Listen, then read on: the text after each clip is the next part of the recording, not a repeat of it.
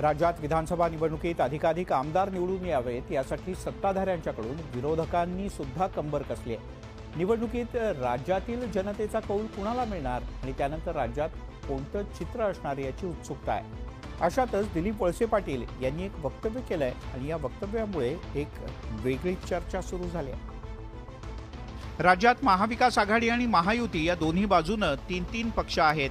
निवडणुका झाल्यानंतर सत्तेत आघाडी येते की महायुती यापेक्षा प्रत्येक पक्षाचे किती उमेदवार निवडून येतात हे महत्त्वाचं असून त्यानंतरच खरं गणित सुरू होईल असं मोठं वक्तव्य राष्ट्रवादीचे नेते दिलीप वळसे पाटील यांनी केलंय। कदाचित काही इक्वेशन बदलतील सुद्धा नंतर निवडणुकीनंतर। हा काही संकेत नाही ना? नाही मी जनरल सांगतो।